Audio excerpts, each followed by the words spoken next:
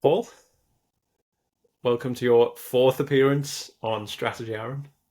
Can't believe it's been four. And also, almost 11 months since you were the first guest ever. Wow. Hey, congrats. You're almost at a year. Thank you. That's awesome. Um, our last episode was about James Bond. And I thought before we get into Hitchcock, um, on Blue Sky a few months ago, someone talked about the fuckability of Bonds. Uh, And you said you could speak to the strategies of each of the Bond actors to be fuckable. Uh, so I wondered if we could start with that. Did I say that? Oh no. um, well, they all have. Are we talking about? I don't remember what I said. Are we talking about how fuckable they are from my perspective, or how what their strategies for fucking are? Uh, what their strategies for appearing fuckable are? Sure. Uh, Yeah, I mean, each of them is this is so silly. Each of them is approaching like sexuality and masculinity in really different ways, right? Like a Connery is not a Lazenby, is not a Moore. So like Roger Moore, for example, like he makes himself fuckable by being daffy and almost down to earth, right? Like he is so silly and goofy and he's having a great time. And like that's such a different kind of fuckability than like, the icy blue stare of Daniel Craig, who's sort of trying to do like a very smoldering, tortured masculinity. So like the Craig Bond films, that kind of fuckability is a fuckability that is very much centered in. I mean, I think actually this applies to all of them. So much is about like what does masculinity mean at this moment in time, and also like I mean, I think there are sort of like geopolitical ramifications for their fuckability, right? Like, we talked a lot last time about the Dalton films as feeling more American.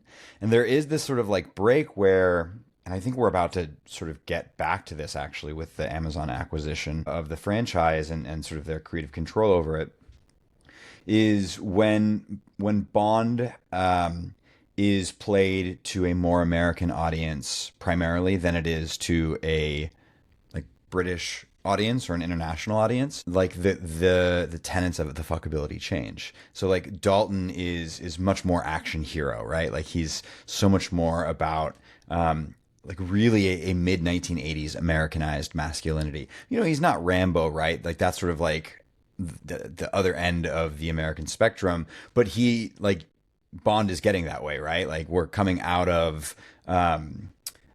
sort of Roger Moore's kind of like continental, almost like a very European goofiness to a much more like American focused, rugged masculinity, almost like a Western hero. Um, we should just do a whole episode on this, I suppose. I think, as I said at the time, Connery's strategy was a wig Well, yeah, he needed it. because like in because I knew I was going to ask this question as soon as we agreed to do a Hitchcock episode, and I thought I should watch, which I hadn't seen before, uh, to set up this question, Marnie, Oh, uh, oh, sure. Perfect uh, transition. which I think it's 1963, um, which is 64. It's the same year as Goldfinger, right? and basically it's the story of Sean Connery is a millionaire. Tippi Hedren plays this uh, um, woman with issues, who's also an accomplished fraudster, Hmm. and she steals money from Sean Connery. And Sean Connery feels it's the perfect opportunity to uh, both, well, basically marry and rape her, and Yep. then yeah, Yep. um, and then it all works out happily ever after.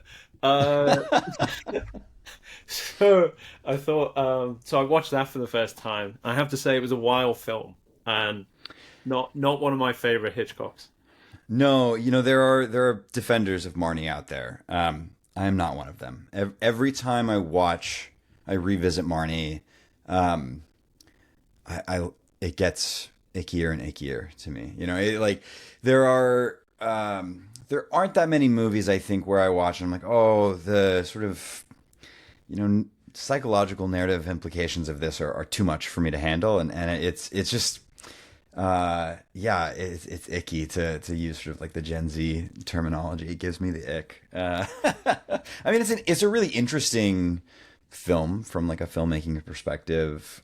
He's doing some. I mean, this is a moment when he's like really like getting into like psychology. A lot of Hitchcock's films are like sort of Freudian in that sense, and he's visualizing it in really interesting ways with like color, right? Like red is this recurring motif throughout the film. So he's like from a strategy perspective, right? Like strategizing, like how do we take the interior, like the mind, the absolute like psychological gray matter, and create images with that.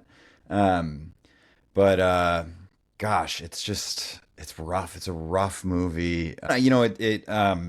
It all takes place in Northern Virginia, and like the Baltimore area. So it's like Baltimore, D.C., and then Charlottesville, Virginia. But that's where I live. So it is kind of fun to watch it. And, it's filmed in 1963. So it's like still kind of pre freeways here in the United States. Like there aren't as many highways yet. So everything is sort of these like state highways, and I've like driven on all of these roads going out to like Virginia wine country, and there's like an inn that she goes to at some point, and like I've had brunch there. I sort of we were watching it months ago, and I was like, oh my god, it's the Red Fox Inn. But then it's also fun because like part of the narrative is that she has to drive from effectively Charlottesville in Virginia up to Baltimore, and not on a highway, and she's able to do it in like 2 hours, and there's just no way. It is one of those, all movies do this, but it's always fun when you sort of are familiar with the area and you're just like, no, that's like temporally not possible. There's no way for her to get all the way to Baltimore.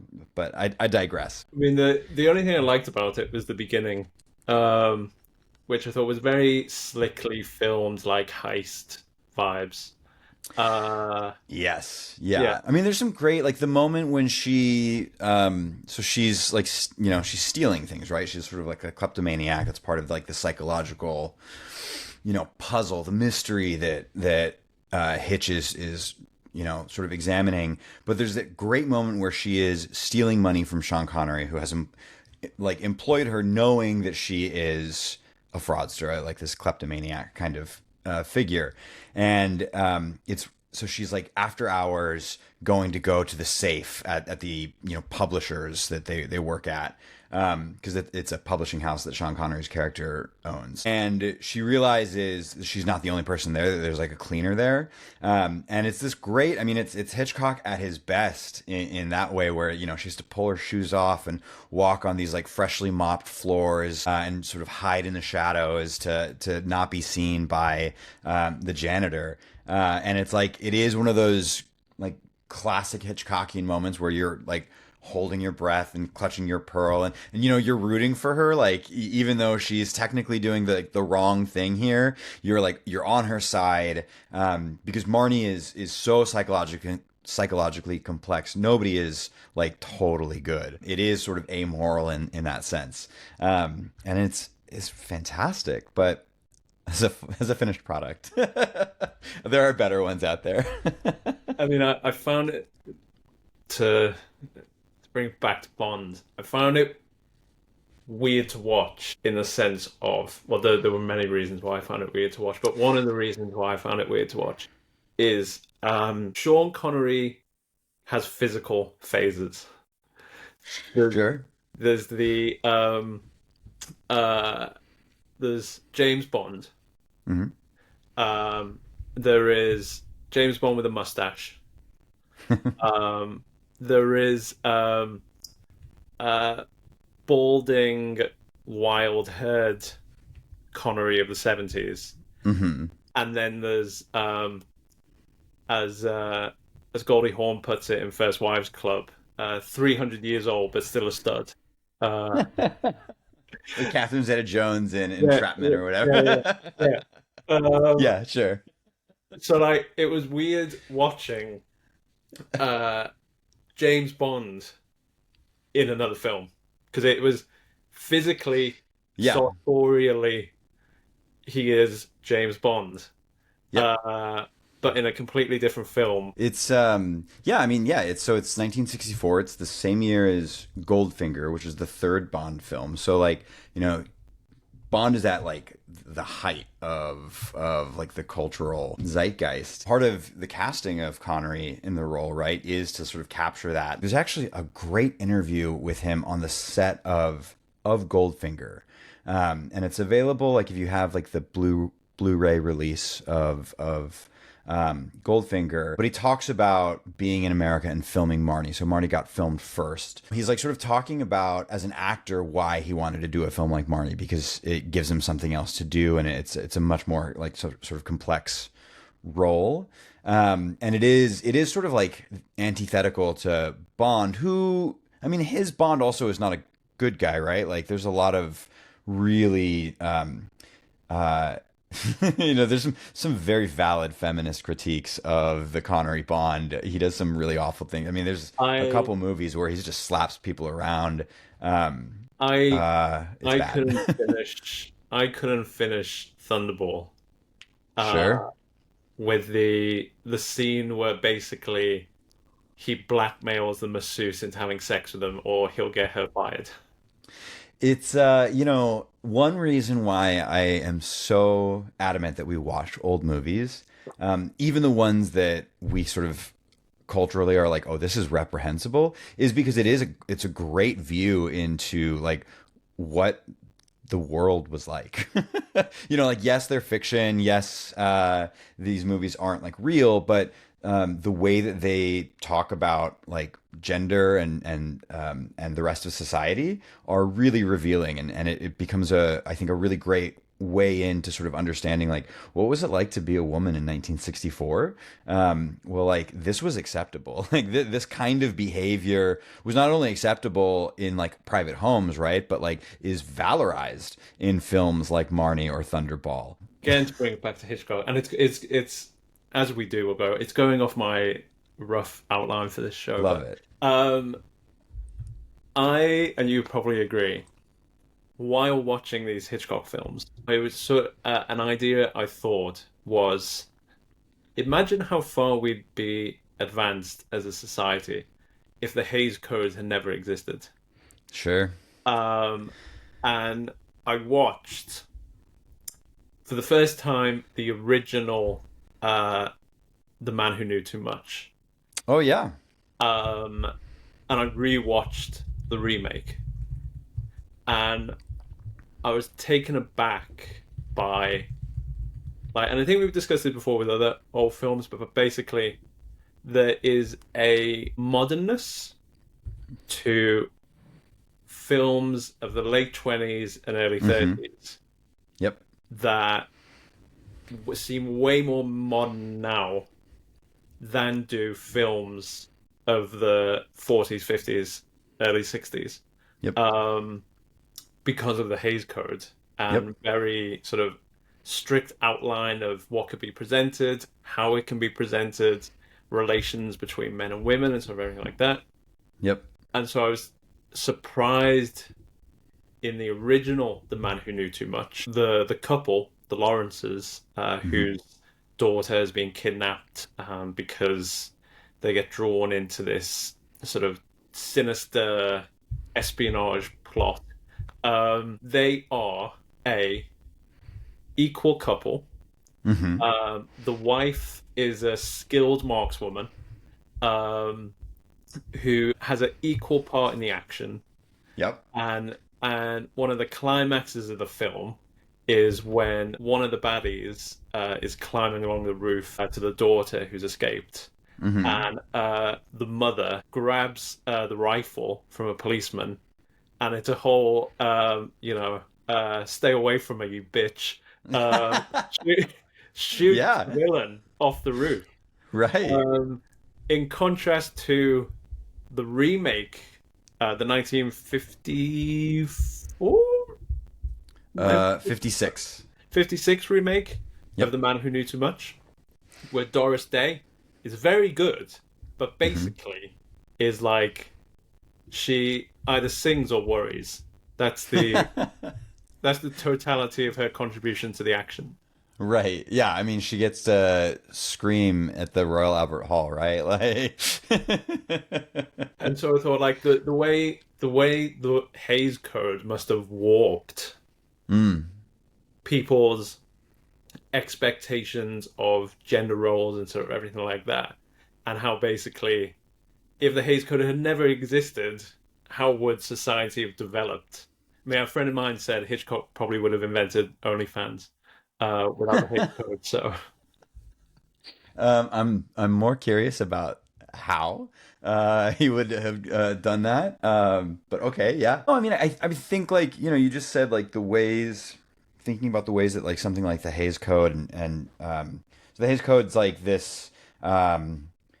Moral code that the Hollywood studios all agree to self-police themselves with from like the late 19 or the mid 1930s through like the mid to late 1960s. It sort of formally goes out the window by the end of the 1960s. But basically, there's a moral panic in the United States in the 20s and early 30s about movies, and they're gonna make us all into degenerates. So the studios become really concerned with government censorship, and at the time, every state in this country, right, has its own. Not only every state, but every municipality has its own censorship board. So if you're Warner Brothers or Universal and you're releasing a film in Missouri, you might have a Missouri cut of the film, but in St. Louis, the censorship board might be stricter and demand additional cuts. So like movies are like it's like the wild, wild west out there in terms of exhibition. So the studios all agree to self govern themselves, and then so they come up with the Hays Office, becomes the Hays Code, and it's the sort of the proto rating system before Hollywood films were rated. But it's an interesting thing, right? Like, so you say, what would it be like without it?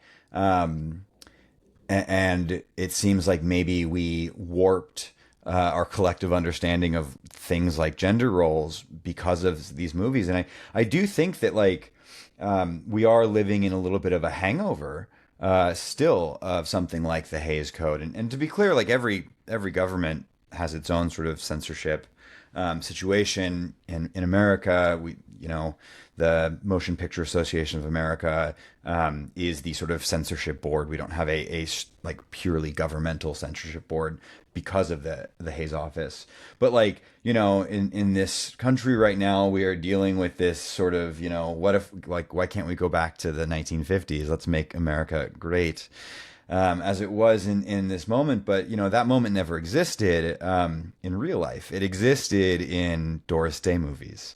It existed in these very warped, self-censored, sort of moralist realities of the movies. But that's not how it was. We all know that. I hope. Certainly, the intelligent audience that you have knows that. There are people out there in this country who, willfully or not, don't sort of realize it. But yeah, I mean, yeah. if we didn't have it, like what sort of progress would the world have seen? Yeah, that's a great question. So I mean, I last night I watched for probably the I don't know, 50th time or something, Rear Window, Oh, and what a movie! yeah, which is I think 56. Uh, No, no, Rear Window is earlier than it's 54. and like it's 1954, and it's dark, its depiction of everyday life Yep. is because I wrote down in my notes last night. There's a bit at the beginning where sort of Jimmy Stewart is sorry to spoil it for anyone who hasn't watched a 70-year-old film. Uh, um, Jimmy Stewart is a photographer.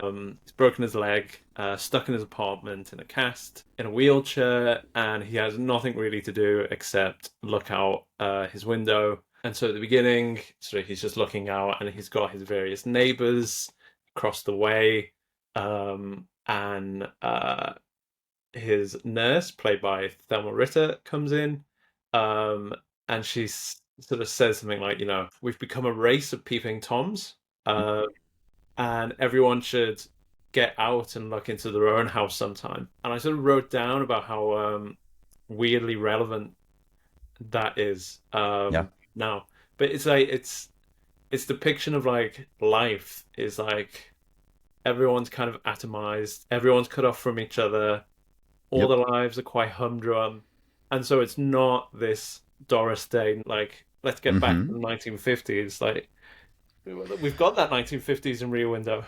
Yeah. Well, I mean, I think this is the other side of the equation, right? It is that like some kind of regulation, call it censorship or otherwise, it's a regulating mechanism, um, can inspire like creative ways of getting through it, right? Like if you think about the Hays Code, um, uh, obviously it is an imposition of a moral code, right? But if we think about it as like a constraint of form, then it becomes a little bit more freeing. So in no way am I saying that we should bring back something like the Hays Code, but what I am saying is that the thing about form that is good is that it requires you to uh, look for creative strategies to make something interesting within the boundaries of that form. And form here can mean like the form of a sentence, the form of a paragraph, the form of a scene, or a one shot in a scene, or the form of like the feature film. I think one of the I'm going to go sort of 30,000 feet for a moment. One of my like biggest contemporary gripes is that television form has become so malleable that you can, put something on Netflix that has episodes that are 20 minutes and episodes that are 90 minutes in the same sort of thing. And the absence of all kind of form, the absence of knowing I have to tell this story in 45 minutes or 90 minutes or 24 minutes, creates these just absolutely like bloated, like, blobs of what really is content, right? Like, and I hate the word content because movies are not content. Movies are great pieces of art and stories, but like, man, Stranger Things season, 9 or whatever, like every single episode is 2.5 hours long. But they're not movies, right? Like this is the key. It's not like the mode of exhibition that dictates whether or not it's a movie or not, but it's like the form, right? Like I might not be able to define what a movie is, but I know what a movie is when I look at it. It's not that it is 90 minutes to 2.5 hours. So form matters, and I think form in a film like Rear Window, or more broadly, what Hitchcock is able to do with the form, whether that form is the censorship mechanism of something like the Hays Office, or the form of the motion picture itself, and he plays with it a lot in a film like Rope, for example. He uses those constraints to create new and interesting images, new and interesting critiques, as in the critique of Rear Window, which that critique about like atomized individuals all within little screens inside the screen, that's a critique that is relevant to 2025, right? Like all of us are looking into our little pieces of glass in our hands, seeing little screens within that screen of little people, and I think one of the reasons why we're so awful to each other is because we've lost the sense that the person on the other side of the window, on the other side of that screen, is a person. We're all just avatars in like the digital simulacrum. My first question was going to be,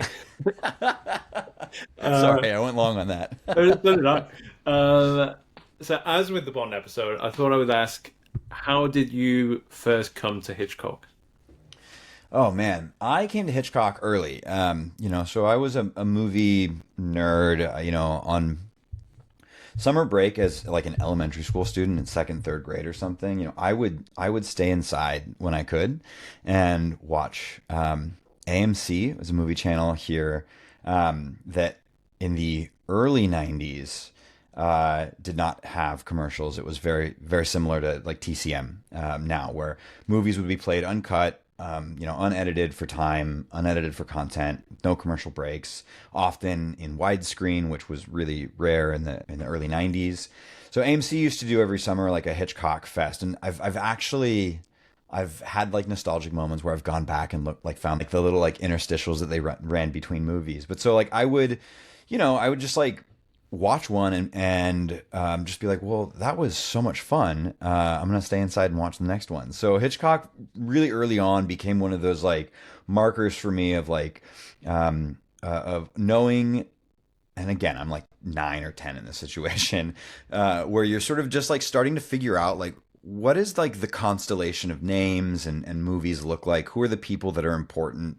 At the time you still aren't sure why these movies are good, but people are telling you they're good and you're enjoying them. So, I remember watching something like Vertigo and just being like entranced by the images and not understanding all of the complexities of the plot. And I think also when I was younger, you're also attracted to sort of like the macabre that Hitchcock like opens up this sort of like, oh, it's dangerous, I'm not supposed to watch, like they're not scary movies, but they sort of play in that thriller, almost horror movie kind of grammar language. So you feel like you're doing something a little degenerate and something a little bit like taboo by watching them when you're 9.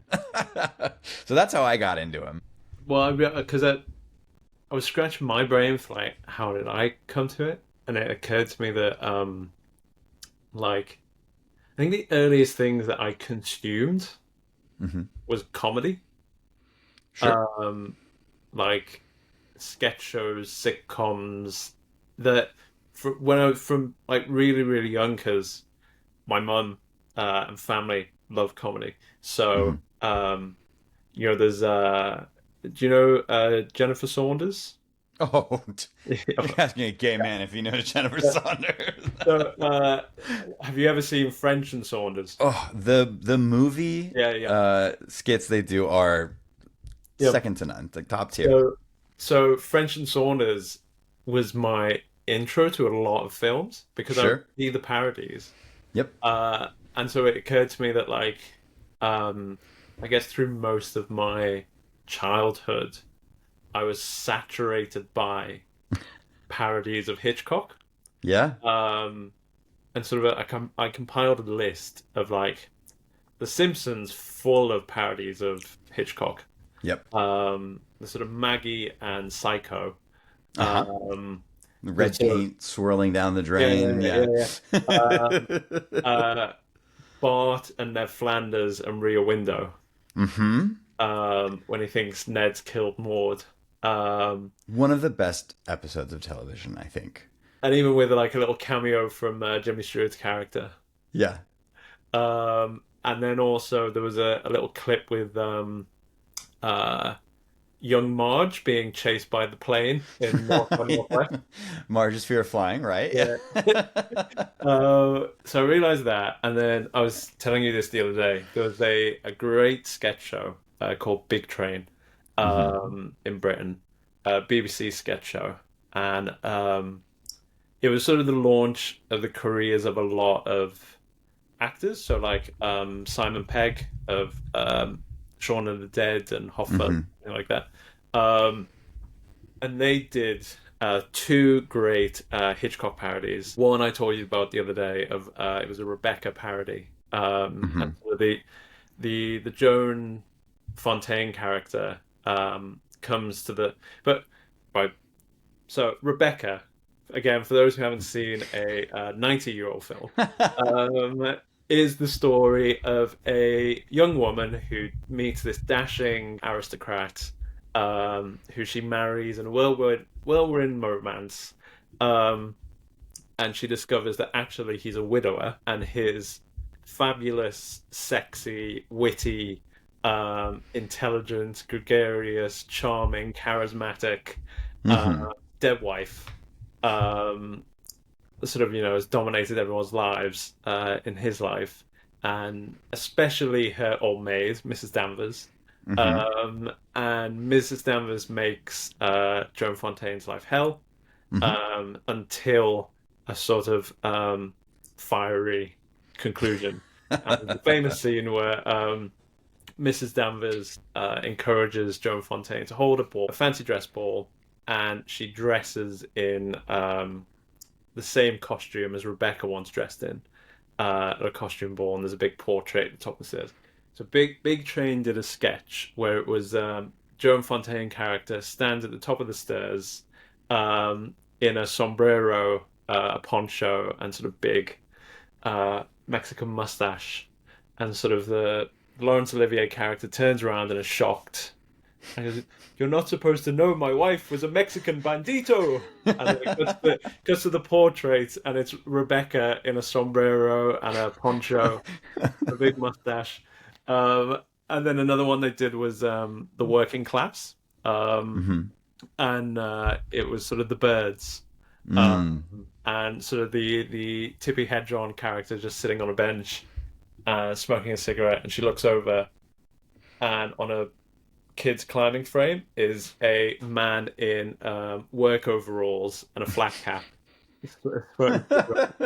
Just going, all right, darling, and then it cuts back to her, and then she looks back, and there's three more standing on Yeah. and going, all right, darling, all right, darling, and then she looks back, and then there's like 15 more. So she starts slowly walking away, and then a man in overalls and a flat cap starts going, oh, yeah. So there's that, and then also a bunch of films like, have you ever seen The Man Who Knew Too Little? Oh my God, Bill Murray, yeah, like Yeah, yeah, 97 or something. yeah. Yeah. So I saw that. Mel Brooks's High High Anxiety. anxiety. Yep. And have you ever seen Wrongfully Accused? No, I haven't. Oh, it's very good. It's Leslie Nielsen. It's a spoof of like The Fugitive. Sure. And there's a scene in that where it's the North by Northwest plane, Mm. and it turns out to be a toy plane, and it's just like hitting Leslie Nielsen in the back of the head like that. So yeah, That's so I great. realized that was like that basically gave away all the plots of most Hitchcock films to me. Um, and then I think the first one I actually watched was The Birds. Oh, interesting first choice. Yeah. I think it was just on late at night, and Yep. I think that was the first actual Hitchcock film I watched. And then I think the second one was in university, and I think that was Rebecca. I mean, that's a great one to watch with a class. I mean, I think the thing about Hitchcock's works, right, is that, I mean, there are very few directors who are such consistent like hitters. Like, these sort of he's banger for banger. He makes like 54 movies, feature films. And there are a couple duds, right? Like everybody's got some. There are a few still I haven't seen, but like the big names, the heavy hitters, like they are consistent and they have just sort of been completely like assimilated into the cultural canon. But what I find interesting is that like I think there's not anyone in like sort of the Western world, for lack of a better word, who couldn't like tell you what the Psycho strings are. Like everybody will like make a knife like sort of stabbing thing. But I watched Psycho with a group of undergrads 2 years ago, and everybody sort of knew about Psycho, but almost none of them actually knew any of the twists, which I thought was like amazing, for a film that is 50 some odd years old, or older, like for people to, the kids these days, to not actually know what's happening. And so, if you haven't seen Psycho, like, cover your ears, I suppose. But when Hitchcock famously kills off Janet Leigh in, the first act of the film, the class erupted. It was just like people whispering, like, well, what is going to happen now? How do you kill off the main character?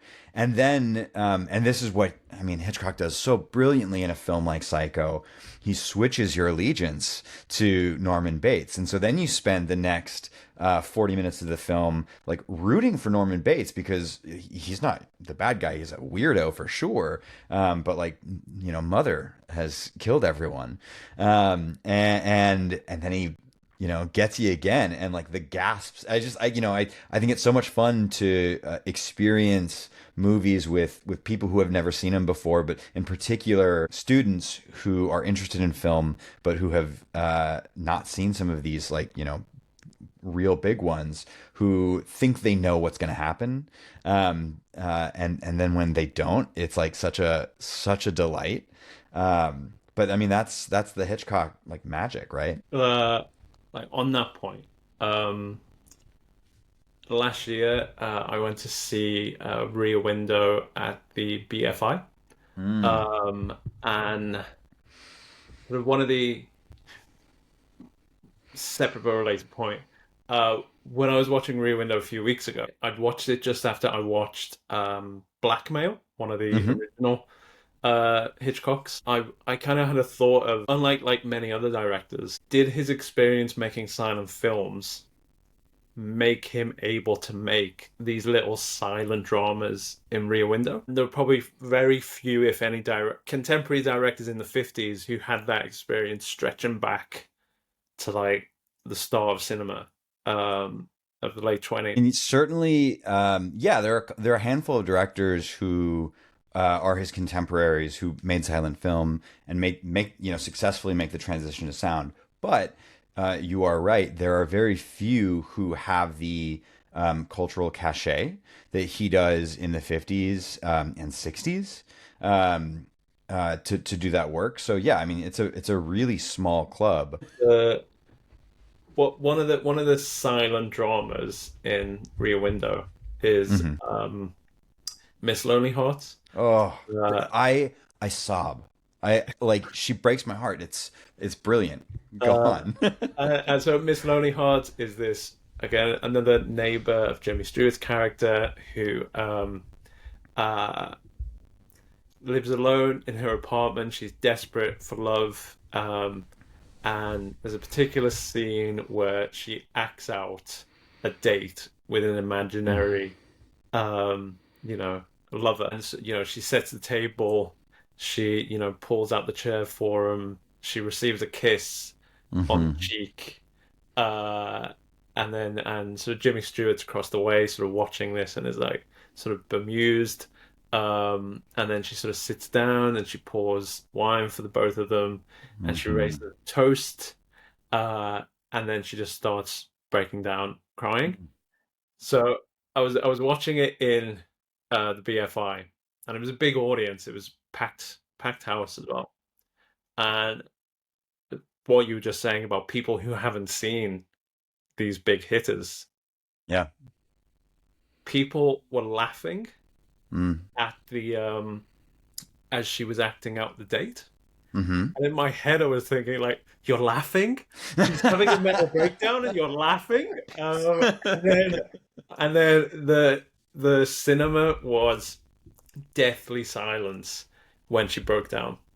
Yep. Yeah. Yeah. And so, yeah, so your point about people not knowing and being surprised by the twist. No, well, I mean, I think your point about his ability to take a silent film language, because film is a visual medium, and continue the use of silence within like the sound era, which is movies, right? Like there aren't silent movies really, and the film historian in me must sort of note movies were never silent.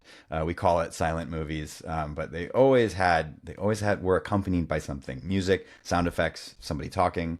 But yeah, he is a an incredible director in terms of his ability to focus your attention, to create emotional drama without dialogue sort of helping you along the way, and he does it through tricks like in The Lodger, famously, which is a story of the London fog, is the subtitle, but it's sort of a Jack the Ripper kind of story from 1927, and it is a silent film that he makes. But famously, this guy shows up, the lodger, and the question is like, is he Jack the Ripper, basically? And the people who own the house are talking about it, and then they're like, oh no, maybe he's the bad guy, and they look up, and Hitch pans the camera up to the ceiling of the lodging house, and first you see like the chandelier shaking, somebody's walking, but then he fades, he dissolves, he doesn't fade, he dissolves the ceiling away, and it dissolves so you can see the guy pacing up above.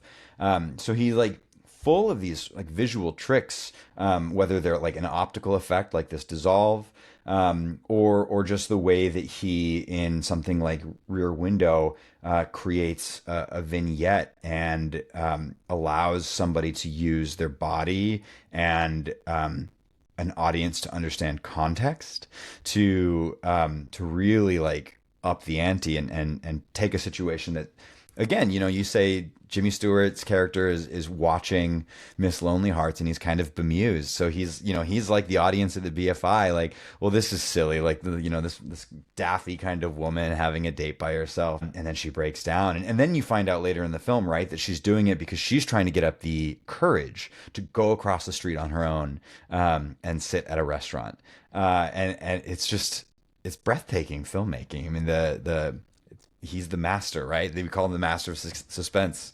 Yeah, I also realized last night that so again, for people who don't know, Rear Window is basically Jimmy Stewart suspects that one of his neighbors across the way has murdered his wife, uh, and he can't really know for sure, and he's stuck in the wheelchair. So it's Mhm. him and his girlfriend Grace Kelly, and some help from his nurse Thelma Ritter, trying to work out, based on the little bits that they can see across the alleyway, Mhm. whether he's murdered his wife.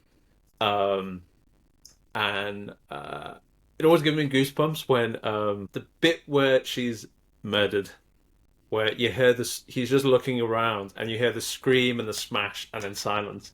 Mhm. Um, and so it happens late at night, and Jimmy Stewart hears it, and he's a bit concerned, and so he stays up through the night, and you see the Raymond Burr character, Thorwald, coming and going from his apartment in the early hours, carrying a big suitcase.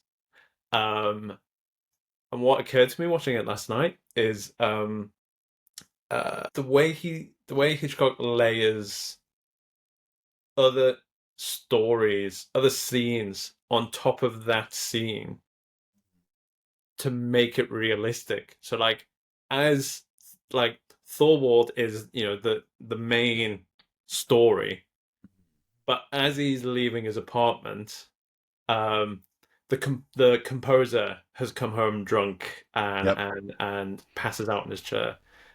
Miss Torso has came home and is brushing her hair and getting ready for bed. And Yep. you see both, because they're on the same level, both Miss Torso sort of brushing her hair in the window, and Thorwald leaving his apartment with the suitcase. And Mhm. it's exactly how it would be Yeah. in reality. Of you would see both. Yep. Whereas I guess any lesser filmmaker would just show you Thorwald leaving the apartment, Yeah. because you would think that's the story.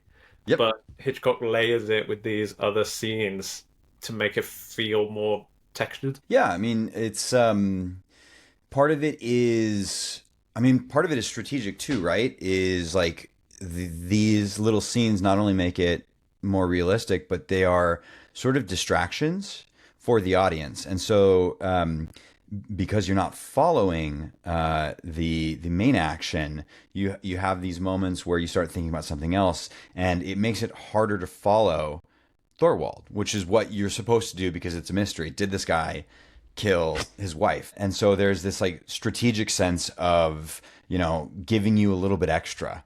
And are the extra things clues, right? Like I mean, at this point too, in 1954, Hitchcock really is known as the master of suspense.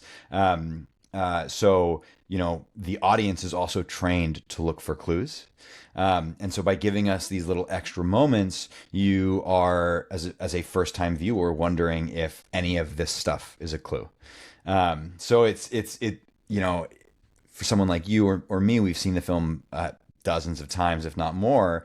Those take on an additional resonance as like texture, as verisimilitude, as like a political critique of all of these people and their tiny little screens. But from a like very pure first time viewing perspective, it's also just there to like distract you from the action at hand, and make you second guess the movie itself. Brilliant. So strategy. The, the the reason why I had the idea of doing a show about Hitchcock and strategy came out of the Bond episode.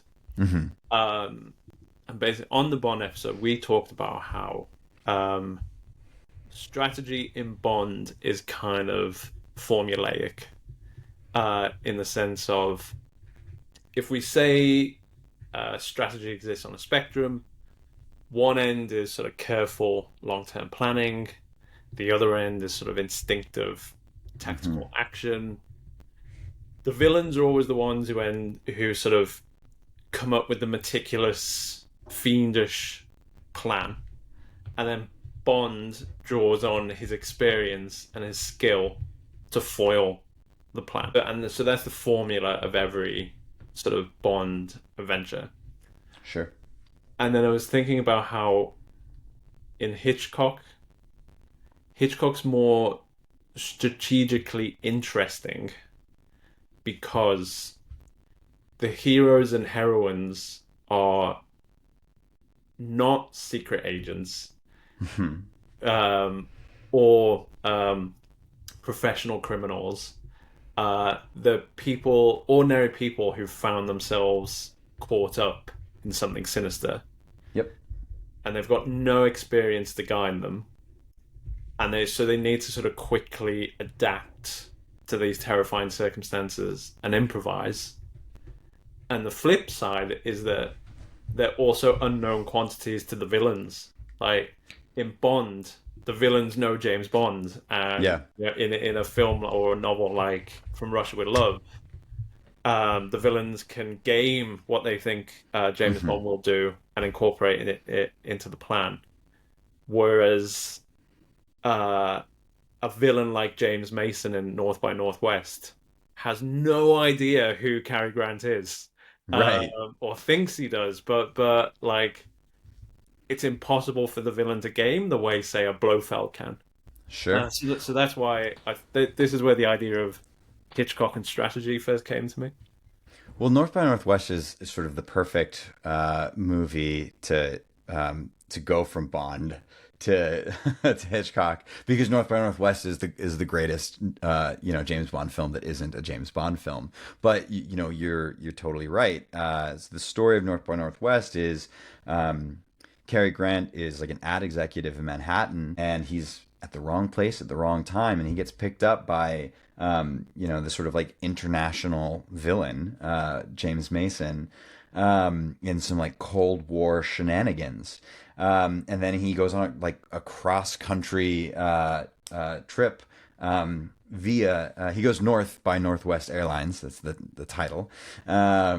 To clear his name because he's framed for murder, and he's it's anything bad that can happen to sort of you as just like a person on a night out happens to the Cary Grant character, and he's caught up in this international intrigue, and in fact ends up needing to assist, like effectively a CIA kind of operation, because the CIA or whatever has created a fake spy that James Mason thinks he's getting his hands on, but the guy doesn't exist. So Cary Grant's character is caught up in a web playing somebody who isn't real.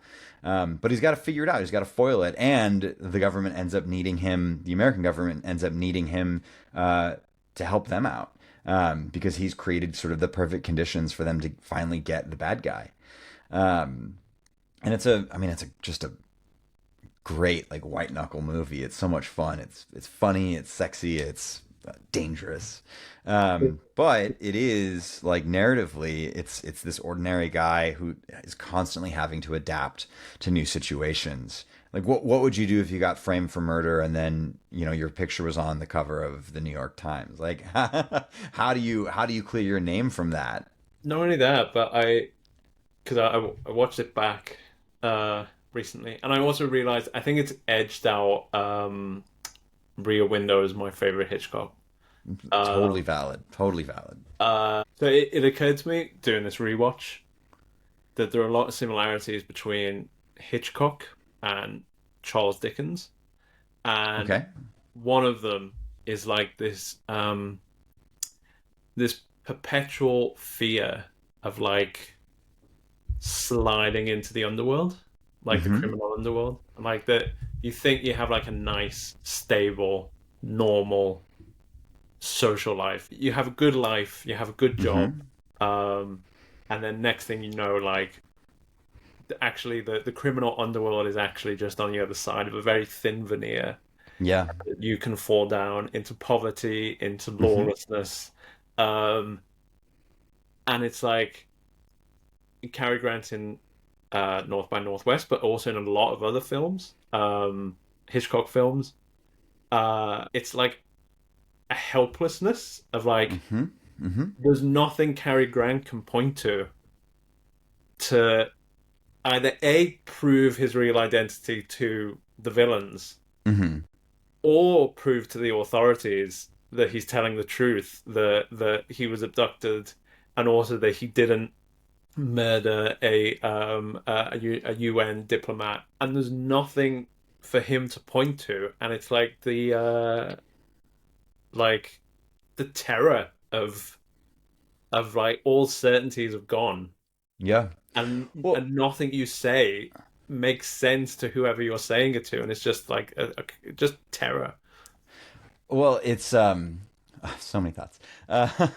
First, I love this like notion of the terror of sort of there's no certainty. It's a very modern kind of terror that like the world we thought we knew just does not exist. And you can map that onto sort of everything. But you're talking about the fear of sort of sliding into the criminal underworld, or that you can be caught up in it. But the other side of it is all of these films also express an absolute fear, like a phobia of authority, because authority is not always going to look out for you, right? So Hitchcock famously, I mean, he's in his personal life, he's very scared of the police. He has this incident when he's like 5 years old, where his dad sent him to a police station, and the policeman put him in a cell and said, this is what we do to naughty boys. And he was there for a couple minutes, but it like just scared the parents off of him for the rest of his life. And that like that sort of, I don't want to pathologize somebody too much, but like very clearly there's this incident impacts the way that he views authority. But all of his films sort of express this worry that if you are caught up in a bad situation, even the good guys aren't going to be there to help you out, because in fact their job is not to help us. In fact, the government or the police is not there to say yes you are good, or no you are bad. Once the judgment has been made, the judgment is final, and the judgment is up to nobody. It's all circumstantial, and yeah, that's a really like terrifying. I think it's one of these things that it's such a compelling philosophical question that it fuels sort of every one of these films, and that's why he can make a movie like Blackmail in 1929, which is sort of the exact same story. A woman is framed. Well, a woman does commit murder, but she does it out of self-defense. But how does she prove her self-defense? Because the police officer who's investigating the murder is none other than her beau. And then they're both blackmailed by a petty criminal who knows that she committed the murder. So, the police aren't going to save her. Her boyfriend can't save her because if her boyfriend does save her, then he's in on the murder. And then you've got this like outside force, this outside agitation through this petty criminal. So Hitchcock's sort of fears and anxieties work in 1929 and they work in 1956 or whatever North by Northwest is. So it was my first time watching Blackmail. Okay. And I was shocked by it. Like it's a dark film, especially for 1929. Yeah. And also, I don't think I've seen a more defund the police film. Because not to ruin a almost 100 years old film. Yeah, but, we're at 95 years now. The film ends by the policeman boyfriend pinning the murder on the petty criminal. Yep. Who's chased to his death. And I'll come back to this point, but he's chased to his death atop the British Museum, and sort of, does he get shot or does he fall through the window? I think he just falls through the window. I don't think they shoot him. And then basically, the police leadership, case closed, all wrapped up. This guy who did it. The policeman boyfriend's like, fuck, he was a petty criminal. Who cares? Yeah, you're mine now. Yep. And then it ends with the again what I thought was a very modern technique of basically the picture of the jester laughing. Mm-hmm. And then when it sort of ended on that, I was like, fuck, that's dark. But yeah, I've never seen a more defund the police film than Blackmail. Because like the police are fucking corrupt in it. Mm-hmm. But also the scene where the petty criminal is being chased through the British Museum. There's a particular scene where he's escaping them, and he climbs onto a rope, and he scales down the rope past a huge bust of a pharaoh. Mm-hmm. And when I was watching it, I thought, is that the seed for the Mount Rushmore climax in North by Northwest? Yeah, I mean, I think it has to be, right? I'm sort of trying to think, that Blackmail's 1929, so Hitch has been making films for 8 years at that point, but a couple of them are like sort of nothing burger comedies, right? He's just sort of, he's not Hitchcock when he first starts making movies. Sort of the first real big one that like culturally we all identify as like the first Hitchcockian film is The Lodger, which is 1927, but that doesn't have like the kind of grand moment. But so yeah, one of these like authorial signatures of Hitchcock are these set pieces that occur at like grand locations, well-known locations, and have like very big props, set pieces. So yeah, we've got the British Museum, and not only is it like he's scaling past this pharaoh, this sort of Egyptian relic, but then the end happens on top of the British Museum. So you have this beautiful wide shot of, the dome on top of the British Museum as these little figures, right? These little men are scaling it in this chase. And this is a kind of strategy that he employs over and over again in films like North by Northwest and 59 with the famous Mount Rushmore sequence at the end, where the heroes and villains are chasing each other on top of the mountaintop and scaling that. But in films like Saboteur, which ends in sort of a big fight on top of the Statue of Liberty in New York, which is one of the, like, I think, most delicious Hitchcock moments, and kind of an interesting film into itself. And then a film like The Man Who Knew Too Much, the remake from '56, which ends in the Royal Albert Hall in a sort of great sequence with Bernard Herrmann, the composer, conducting an orchestra. The Hitchcockian signature of kind of a big, grand set piece like that is blackmail is where it starts for sure. But it carries over the rest of his career. There are two different ways I could go. So I'll go left and then I'll go right. So Sure. about Hitchcock and Dickens. Not only falling into the criminal underworld, not only very acute sense of like injustice, of like, being wrongly accused Uh-huh. of something, and like sort of the burning sensation it creates in you. Yep. Also bumbling authorities. And then also a loss of innocence. Mm. And I rewatched Shadow of a Doubt for the first time in several years. Oh, loss of Um, innocence. Yeah. yeah. And I must have watched it like 10, maybe even 15 years ago, something like that. And I rewatched it. Shadow of a Doubt is a film about Joseph Cotton is this murderer called the Merry Widow, who marries rich women who mysteriously die, and then he sort of clears off with their money. And often he sends money and gifts to his sister and her family back home in California.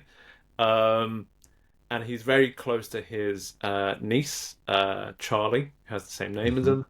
And the police are hot on his tail, so Joseph Cotton decides the best thing to do: lie low with his sister for a while, out in California, until all this blows over, and then he might find another rich widow and move on. And while back at his sister's, his niece starts to suspect that actually he isn't lovely Uncle Charlie.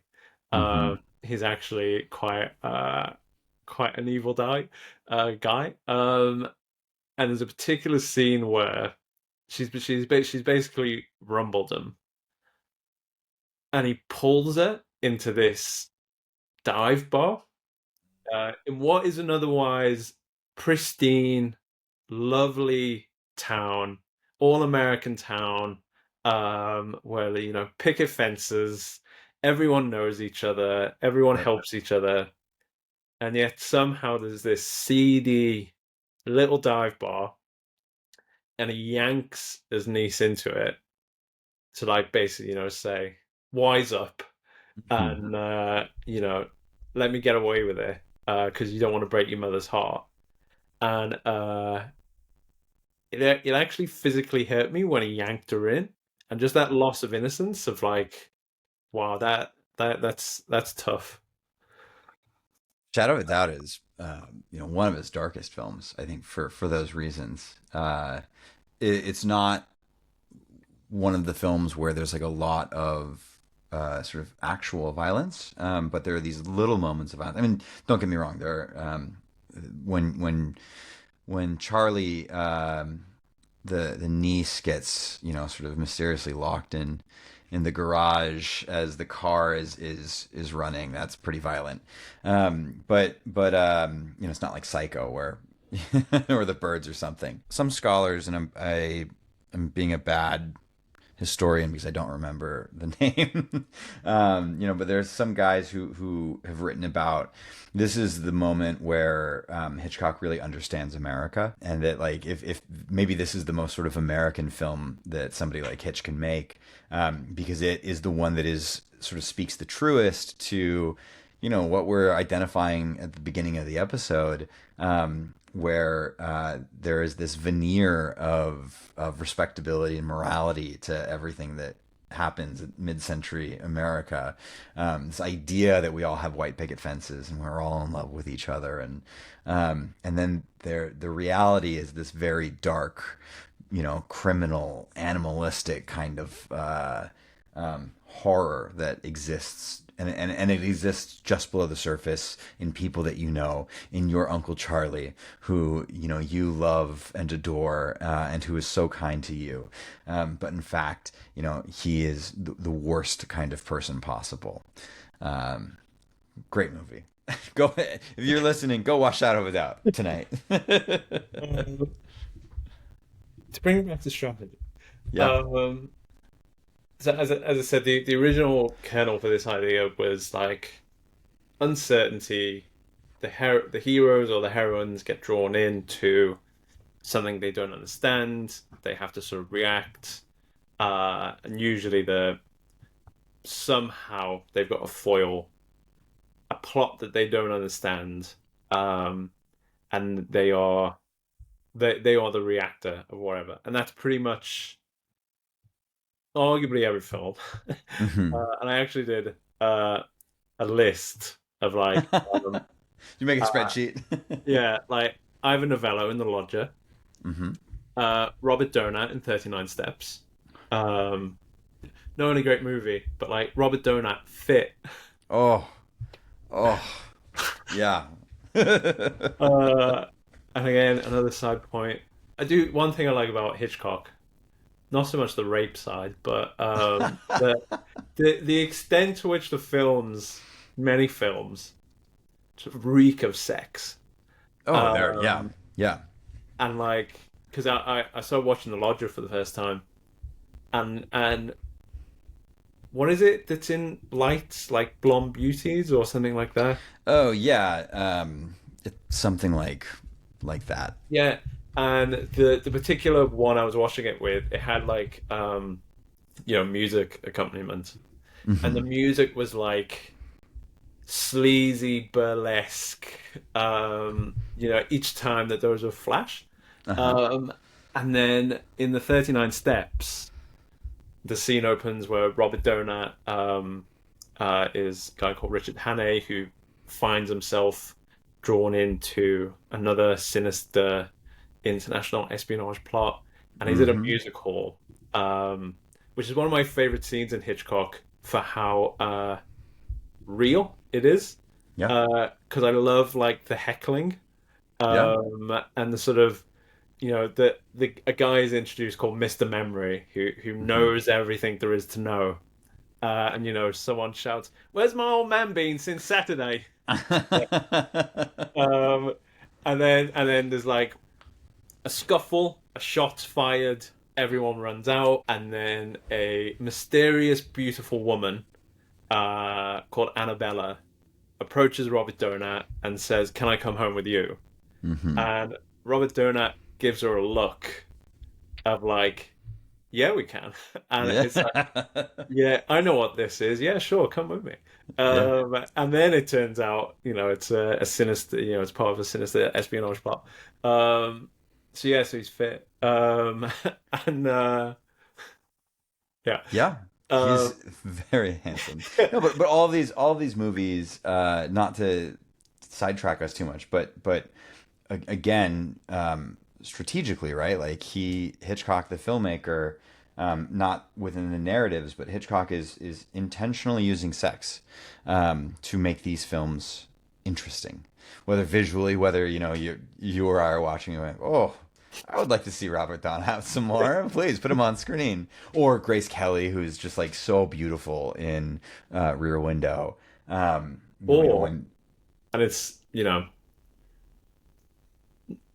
problematic maybe, but Farley Granger and the other actor in Rope, hmm. they may be murderers, but I'd watch them.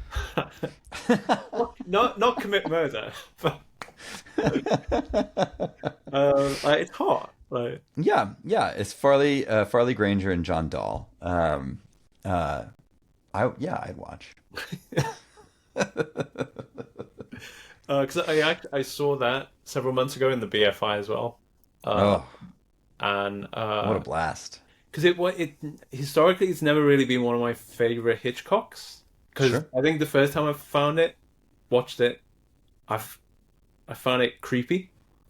Yeah, obviously intentionally, sure, yep, and it's intentionally creepy.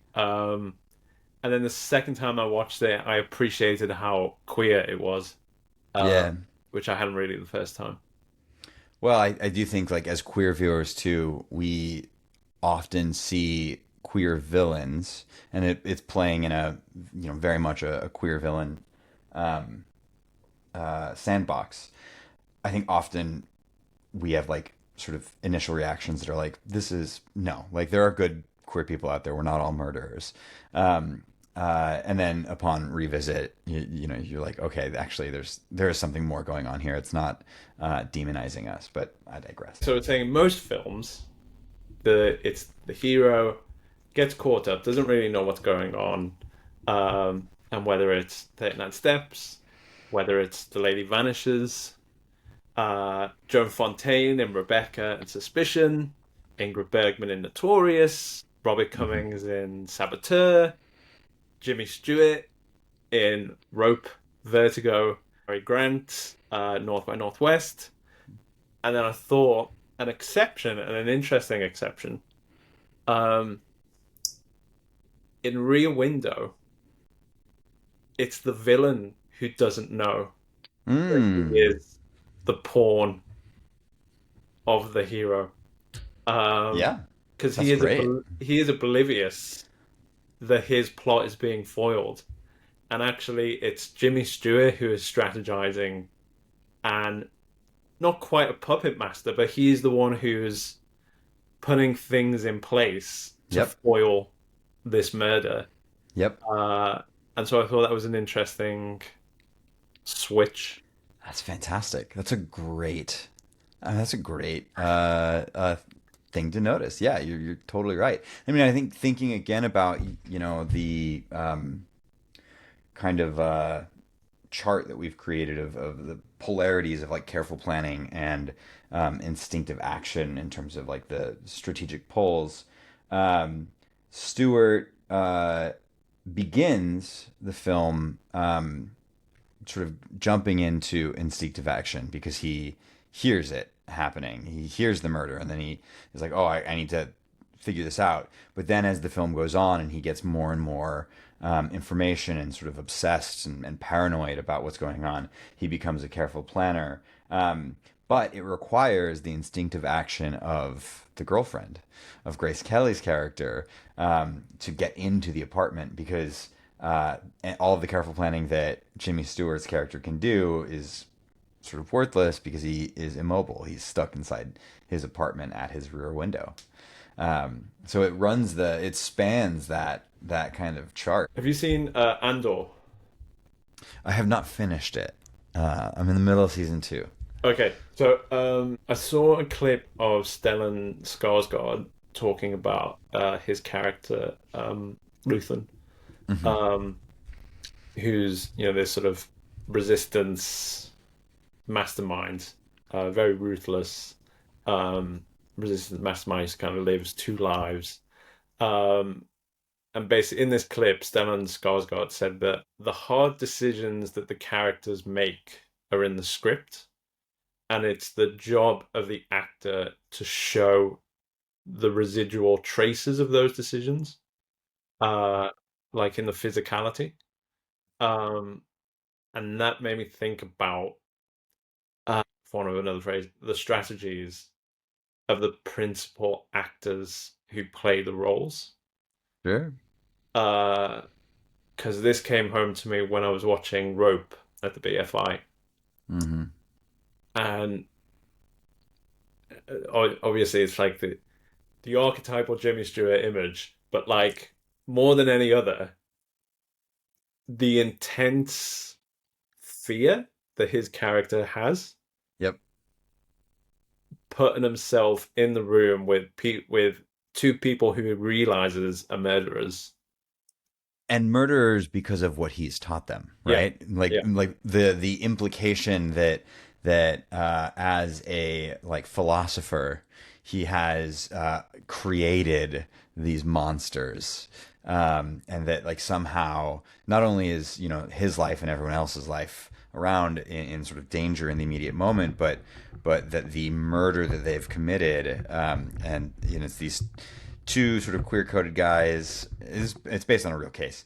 There are Leopold and Loeb. They were queer, um, uh, who sort of devise this perfect murder that we are uber men, right? That we can figure out how to do it, and if we are smarter and better. I mean, it's very much a like sort of Nazi eugenicist kind of epistemology that they're working in. Then if we are proven to be superior, then we should have the right to murder, and it becomes like a philosophical question, and that philosophical question has been unlocked by the Jimmy Stewart character. But I'm thinking about what you just the quote that you just gave from Skarsgård about embodying the sort of the residual like decisions, and to me Stewart in Rope is so compelling because he has this kind of like weary beleaguered quality about him, that when you first meet the characters just sort of reads as a man who is retired, right? He's an older professor who's no longer sort of doing the day-to-day work. But part of that like weariness is also perhaps like have I unleashed something? Like have I like what hath I wrought? It's a really compelling character. the the particular scene that sticks in my mind is when the sick thing is they bring round the family and the fiance of the guy they've murdered for lunch Hmm. and serve the buffet on a box that the body is in. Yep.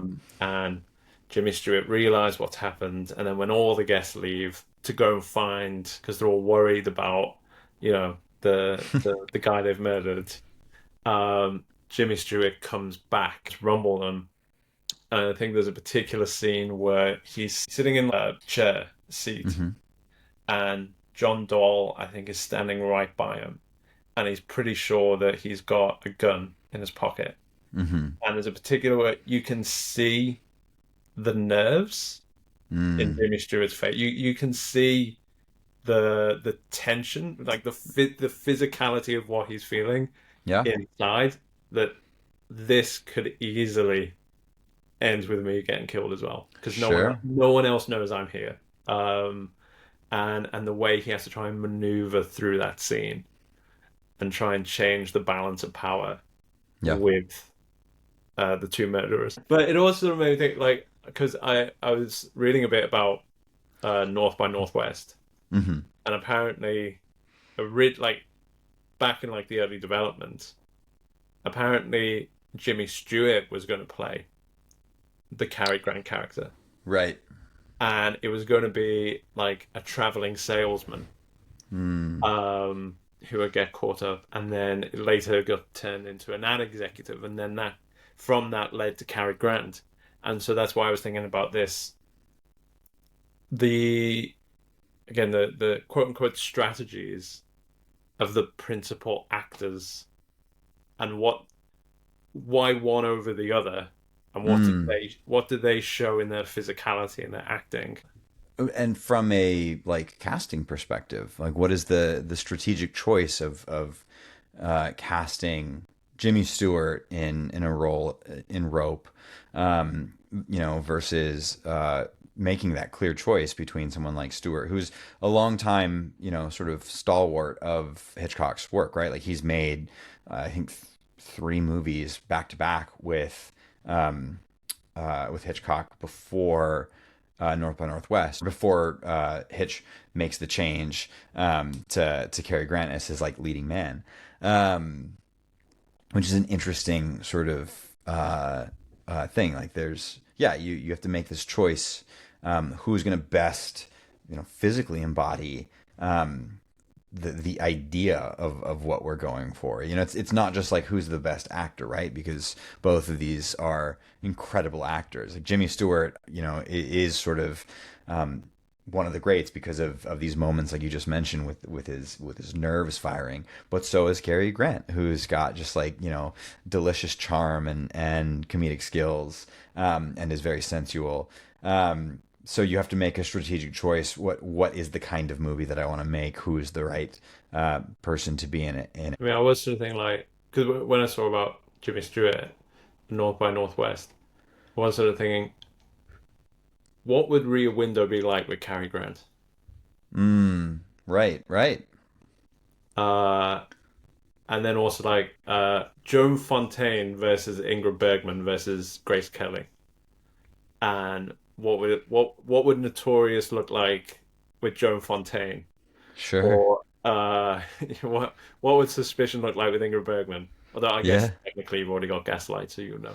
But also, so yeah, so that's why that Stellan Skarsgård quote stuck in my mind of like, Yeah, I like and that. how do those actors show the different ways that those actors show the residual traces of the hard decisions of escaping the police because they think you've murdered a UN diplomat. And Hmm.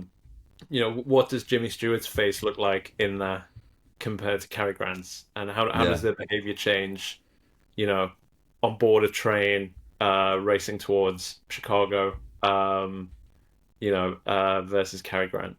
Yeah. Yeah. That's great. In preparation for this, I started listening to, it's called Hitch Pod. Okay. And it's presented by two Australians, and they're currently doing a rewatch and a ranking based on listeners for the top 20 Hitchcock films. Okay. Um, and in addition to that, so one episode will be about the film, the ranking, and then the second episode will be that film versus another film made in the same year. Oh. So they do, I think it's 39 Steps versus um, Mutiny on the Bounty. Sure. Yeah. And so they do that with all other films, through the ranking and through the years. That's awesome. And they made the point which hadn't occurred to me, and then when they said it, it was like, oh my God, of course. North by Northwest is essentially a remake of 39 Steps. Yeah. Yeah. It hadn't occurred to me. And they're my two favorite Hitchcock films. Yeah. I mean, they are both so watchable, but they're both these sort of like picaresques, these like little adventures that the characters go on, that like ostensibly have connective tissue, but sort of very much like a vignette. You have to get on the train, and from the train you have to get off the train, and then you have to meet somebody on the moors, and then you have to get out of that situation, and now you're handcuffed to a woman who hates you, and then you need to go like pretend to be husband and wife, and then you have to give a speech at a political convention. You're Matt Crocodile. Which is one of the best film speeches, I feel. I love that moment in 39 Steps. It cracks me up. Like there's something about McCrocodile that just fucking kills me every time. And Robert Donat is just like delicious in it. But yeah, they're both these picaresques. They just sort of go from story to story to story, and then they resolve. But you could watch any little moment. You could watch the cornfield in North by Northwest that's on your poster behind you, and like that's a brilliant little movie in itself. You could just watch that and have an absolute blast. And the great thing about Hitch is that little moment is connected to another really great little moment. Going back to what you said at the beginning about Hitchcock, The Birds and Psycho side, not really making horror films, but nevertheless films that are kind of terrifying. Mm-hmm. And uh, again, I thought about it last night when I watched Rear Window. Um, the climax of Rear Window is terrifying. Terrifying. From the moment Jimmy Stewart picks up the phone thinking it's his detective friend, and there's just silence, and Mm-hmm. then you hear like the tread up the stairs of Thorwald coming to the apartment, and Jimmy Stewart trying to think like what to do, and then like the way it's cut Mm-hmm.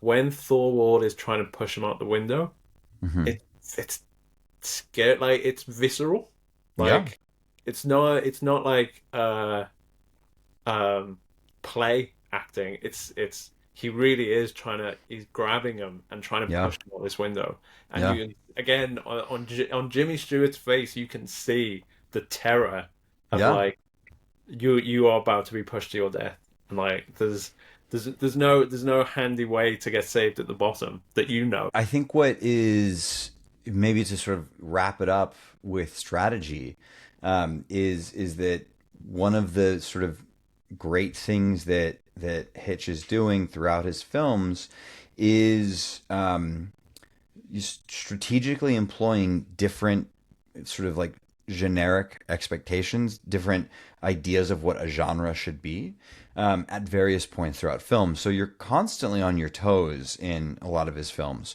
So you have these moments of like abject terror, both in terms of like situational and embodied terror, in a film like Rear Window, where like the thought of somebody entering your house and you are wheelchair bound, is horrifying, right? Um, but he employs like a like horror film kind of cinematic language where, you know, it's all in shadows. You only get flashes of, like literal flashes of the killer when Jimmy Stewart's character uses his camera flash to illuminate the room and to stun the killer. And also, Hitch employs at this moment these just like beautiful moments of kind of embodied images, because when the flash happens, you know, the a flash in a dark room is going to make your eyes hurt and give you like little rings, and Hitch puts those little rings, you know, in your vision on screen, and you have this like enclosing red circle after every one of these flashes, so you can see what's happening, but you quite can't see it, and so it creates in the viewer a very embodied sensation. I understand that, you know, at the level of my body, because my body has experienced that. And so even though I'm sitting in a safe cinema in you know, my living room watching this on Blu-ray, you know, 60 years later, I still have that visceral physical, proprioceptive reaction, because it exists at the level of the image as well.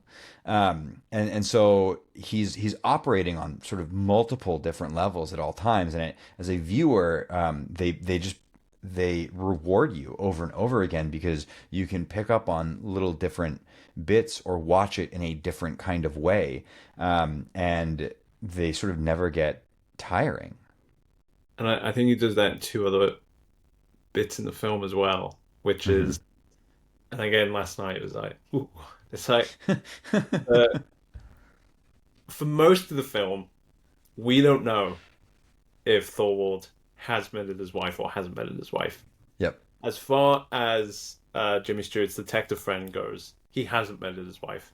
Mm-hmm. The wife got on a train, she went into town, she's picked up her belongings. This is all, you've construed it over bits and bobs that you've seen across the alleyway. Forget about it, whatever. And then there's two moments. One is when he sends over Grace Kelly to slip a note under Mm-hmm. Thorwald's door. And then she runs away, and you see Thorwald across the alley, sort of he sees something's being pushed in the door. He goes over, he looks out, Grace Kelly hides, and he's looking, and he opens it, and Jimmy Stewart's looking through the camera and the lens, and it's a close up of Thorwald's face, and Thorwald's face drops as he reads what's on this note, and Jimmy Stewart says, "You did it, Thorwald. You did it." And Yeah. like the goosebumps because you're the one who's looking through the lens. Yeah. Yeah. Yeah. You are Jimmy Stewart there. Yeah, Yeah. yeah. So there's that, and then that's soon followed by, um, you know, Jimmy Stewart calls Thorwald and says, meet me at this hotel and we'll discuss a little business deal. So he Hmm. gets him out the apartment so Grace Kelly can sort of go over and try and find any evidence. Grace Kelly, she climbs in the apartment. Thorwald comes back sooner than we think. Hmm. Um, Comes in the apartment. There's nothing they can do because he's stuck in the wheelchair. And he calls the police quickly. He says like, a woman's being assaulted in this apartment. It very much looked like Raymond Burr's just going to kill Grace Kelly because he's very Yep. violently attacking her. The police arrive in time.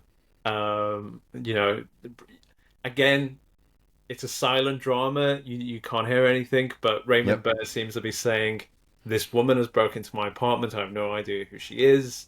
Um, and then Grace Kelly's sort of doing whatever, but then she puts her hands behind her back, Yeah. Yeah. Yeah. yeah, and points to the wife's wedding ring that she's got on her hand. And then again, Jimmy Stewart looking through the lens, so you're Jimmy Stewart. Hmm. Forward looks up and directly at you. Oh, Yeah, creepy. It's great. It's yeah. great. Yeah. He's the Well, master. on that note, um, any final thoughts on Hitchcock? No, I mean, I think it's. Hitchcock's relevance to the current political situation. I mean, we definitely touched on a little bit. Hitchcock's incredibly relevant. These movies are um, not only sort of about the strategy of what do you do when you're caught up in a situation you don't want to be in, but they've got a lot to tell us about the ways that we interact with each other and the ways that we should maybe be a little bit more circumspect about how we trust those in authority, whether they are deserving of our trust or not. Um, but I hope everybody out there listening is inspired to watch a couple of Hitchcock films this weekend, or whenever. Just pick one. They're all really good. You're not going to go wrong. Paul, thank you very much. Thank you.